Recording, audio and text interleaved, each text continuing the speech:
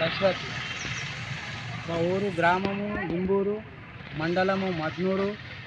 నేను పనిచేసే school Madnoor boys primary స్కూల్లో.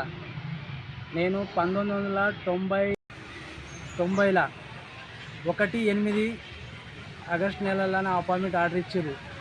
మళ్ళీ నేను ఇప్పటి వరకు 34 సంవత్సరాలు అయ్యా.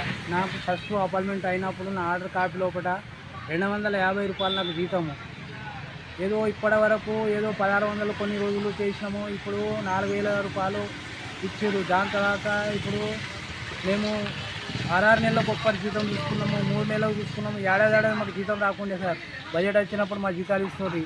మళ్ళీ ఇప్పుడు కొత్త గవర్నమెంట్ వచ్చి ఇప్పుడు మాకు మొన్న మేలో ఒక సిఓ ఆర్డర్ కాపీ పంపించేందుకు మన ఎంఆర్సి ఆఫీస్కు అక్కడ మాకు పిలిచి మీరు 61 సంవత్సరాలు అయిన వాళ్ళకి మొత్తం తీసేయాలి, మీరు పని చేయలేకుంది, మీకు జీతాలు రావన్నారు.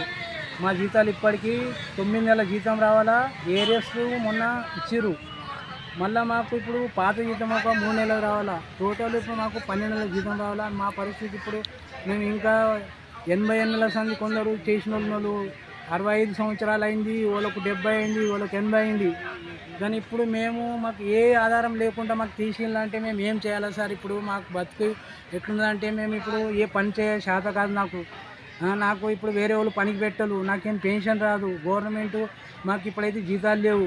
మరి ఆ మా తాట్ల వేరే వాళ్ళు పెట్టుకున్నట్లు అంటే ఇంకా మేము ఏం చేయాలి? ఇక హై స్కూళ్ళల్లో హెచ్ఎంలో చేతులు ఉన్నదంట.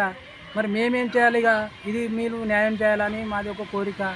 మరి ఎక్కడ పోయినా ఎన్నో అడిగినా ఎన్నో అంటే నా చేతిలో ఏం లేదు, హెచ్ఎం అంటే మా చేతిలో ఏం లేదు. మాకు ఏవోలే ఆధారం లేకుండా అయింది. ఈ గవర్నమెంట్ ఈ జియో తీసిన నుంచి మేము ఇంతమంది ఇప్పటిదాకా చేసి చచ్చిపోయినారు. 80 సంవత్సరాలు 80 90 ఇట్లా అయిన వాళ్ళు చచ్చిపోయిన దాకా మాకు జీతాలు నడిచినాయి. కానీ ఇప్పుడు ఈ సర్కారు 61 అయింది మీకు వెళ్ళిపోండి అని అంటున్నారు సార్.